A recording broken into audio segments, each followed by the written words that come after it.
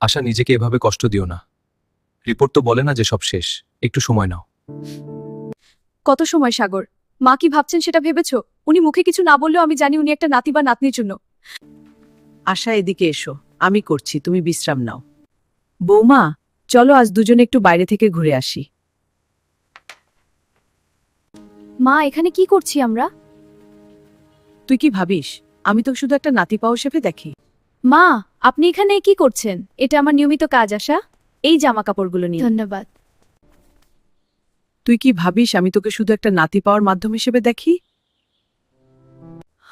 একটা কথা তোকে কোনোদিন বলিনি, সাগর আমার নিজের সন্তান নয়। সাগরের বাবা মারা যাওয়ার সময় আমার নিজের কোনো সন্তান ছিল না। লোকে বলেছিল আবার বিয়ে। Don't worry dear, everything will be all right. But I feel so lost. I am here with you.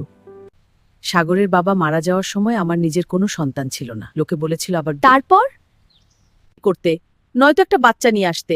আমি সাগরকে কুড়িয়ে পেয়ে যেতে না বইলেও ও আমার কলিজার টুকরো হয়ে গেছে। আমি জানি তুমি ভয় পাচ্ছিলে, কিন্তু আমার হৃদয়ে অনেক ভয় নেই।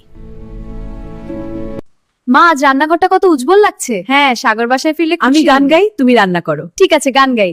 এদিকে আয়, আমি দেখিয়ে দিচ্ছি। হ্যাঁ, আমি দেখছি। ব্যাপার কি, আজ হাওয়া উল্টো বইছে কেন? কেন, ভালো লাগছে না? না, মজা লাগছে। সাগর, মা আমাকে নতুন করে জন্মাতে শিখিয়েছেন। আমি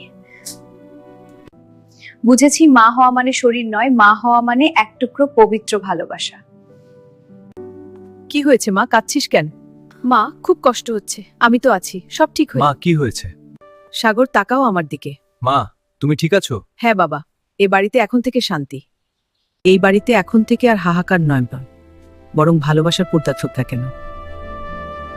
বন্ধুরা, আমাদের পরিবারের ভালোবাসার জন্য আপনারা সাবস্ক্রাইব, কমেন্ট, লাইক দিবেন। আপনাদের সবার জন্য ধন্যবাদ।